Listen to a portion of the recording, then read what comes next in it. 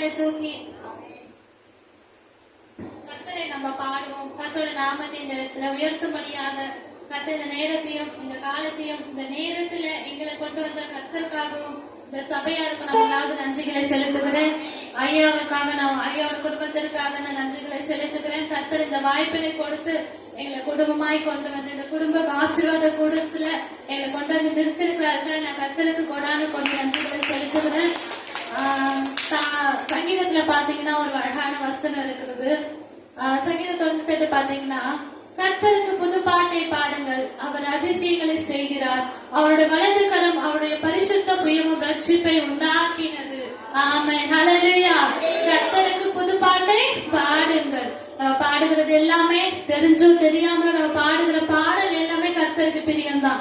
நம்மளுக்கு எது செய்தாலும் கர்த்தருக்காக நம்ம செய்கிற காரியங்கள் எல்லாம் அவர் நேசிக்கிறவரா இருக்கிறார். ஆனா நம்ம எல்லாம் உற்சாகமா இந்த வேலை நம்ம கரங்களை தட்டி ஆர்ப்பரித்து நம்ம ஆண்டோட நாமத்தை மகிமைப்படுத்துகிற பொழுது அந்த இடத்துல அவருடைய பிரசனத்தையும் அவரோட மகிமையும் நம்ம என்ன பண்ண முடியும், பார்க்க முடியும். எல்லாம் நம்ம கண்களை மூடி அவருடைய பிரசனத்தை உணர்ந்து நம்ம பாடுகிற பொழுது ஆண்டவர் நம்மளுக்காக யாவற்றையும் என்ன பண்ணுவார், செய்து முடிப்பார்.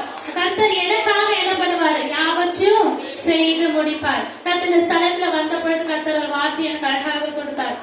கர்த்தர் என்ன சொல்லிருந்தார், ஆரம்பம் துவக்கம் அற்பமா இருந்தாலும் முடிவு என்னவா இருக்கும், சம்பூர்ணமா இருக்கும். கர்த்தர் ஆரம்பத்துல நம்ம அழைத்தவர் நம்மள உலகத்துக்குள்ளாக புகிற பொழுது அற்பமானவன் என்னப்பட்டாலும் முடிவுகளாக நம்ம நிறுத்துற பொழுது ஒரு சமாதானம் சம்பூர்ணம் முழு நிறைவான ஒரு வாழ்க்கை கர்த்தர் நமக்கு நிச்சயமாகவே கொடுப்பார். எத்தனை பேர் வந்துக்கிறீங்க ஆமென் சொல்லுவோம். ஹல்லேலூயா, ஹல்லேலூயா.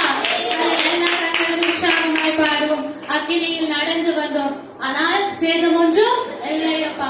எத்தனை பேருக்கு கடந்து வந்திருக்கீங்க, எத்தனை பிரச்சனைகள் போராட்டங்கள் இல்ல, அக்கினி போல எத்தனை பிரச்சனைகள் நெருங்கின பொழுது கர்த்தர் நம்ம விட்டாரா, அழகாக தூக்கி கொண்டு வந்து போட்டார்ல, அழகாக துரத்தி கொண்டு வந்து நம்மள போட்டார்ல. அதனால நம்ம இன்னைக்கு ஜீவனோட கூட இருக்கிறோம். நம்ம தண்ணீர்ல நடந்து வந்திருப்போம். எத்தனை பேர் நடந்து வந்தீங்க?